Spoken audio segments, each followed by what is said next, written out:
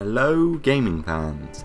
This week's update I'm looking at the sinkholes, which you can start by talking to that old man in Damonheim, just past the dock. When a sinkhole is almost ready, you will be teleported by him, if you ask him to the location of roundabouts where it's going to open up. When it opens up, you'll know because it appears like one of the dungeoneering sort of extra dungeon things they do. And each dungeon they give you a different clue. The one for this one is where some famous brothers are buried. You have to wait a while when you get there, so you saw we just skip forwards a bit there. And then you'll be teleported down into this dungeon where there's an NPC you can talk to. You talk to him, he'll explain to you the various different, what you can do down in the dungeon. Rather interestingly, Jagex didn't actually add a tutorial for this, so I read through what you needed to do and sped it up a bit because you don't want to watch me doing all that. Much like dungeoneering, you can't take anything in. So I rather foolishly decided to destroy everything which I had on me, nothing in particular, but then I realised that you can actually bank down here. There is a bank box just over there. Once you're all ready, it will, and you've clicked to join team, it will take you into this area, which obviously looks quite a lot like the dungeoneering rooms, where you pick yourself out a class of armour you want to wear and head out into the dungeon. 3 objectives will be given to your team. Often they're explorative totems, combat, and a gathering, either like mining or picking flowers and stuff. I expect there'll be a wood chopping one as well somewhere.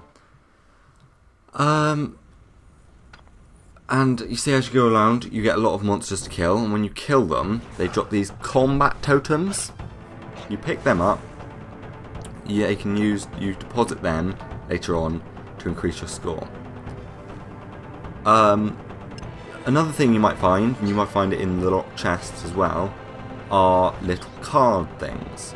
Now they come into play in the last room, where you use them to decide which reward you're going to get out of the set of rewards which can be offered. The main difference between dungeoneering and this, other than you're working at a challenge, is you're actually working against your fellow players. So if one player is going for a rock or going to kill someone, you want to do it faster to get the resources quicker so that you can deposit them and increase your own score. The person who increases their score the highest by depositing resources which are still needed and haven't been ticked off yet will be in a best place in the final room. You'll see as you go around these kind of things in the corners, little coloured things.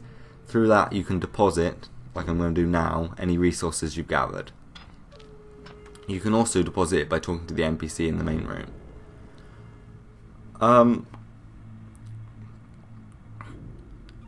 I've played a few of these now. I quite like doing them. I think they're quite fun. The XP you get at the end isn't bad, so they're worth doing it. But being every half hour, I'm not sure they're that much worth doing it.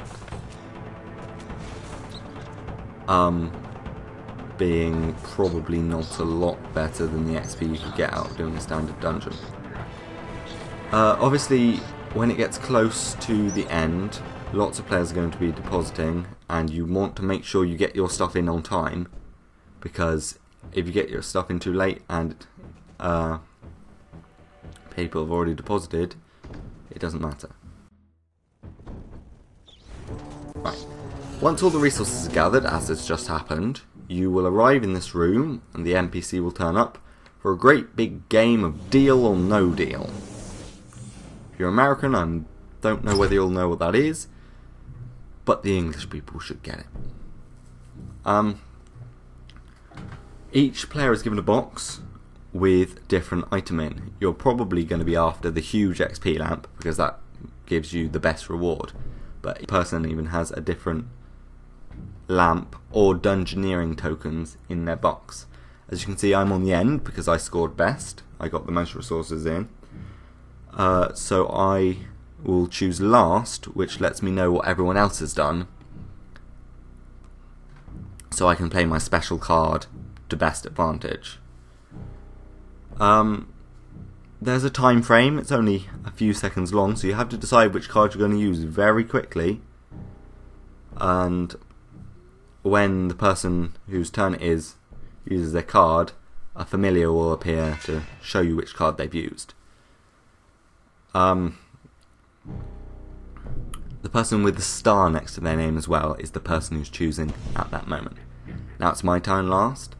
You could go with the Abyss, which will give me an item, or I could change for the Meerkat, which will give me extra XP, but I think I'm going to go for the Abyss because I would quite like to get the cosmetic gear first. And then you're done once the last person's chosen. You'll be rewarded with the items that you finished off with, and be set free back into the world. What a lovely top I have there. I quite like to get the helmet. I mean, it's not the best looking gear, but it would be nice to have it all.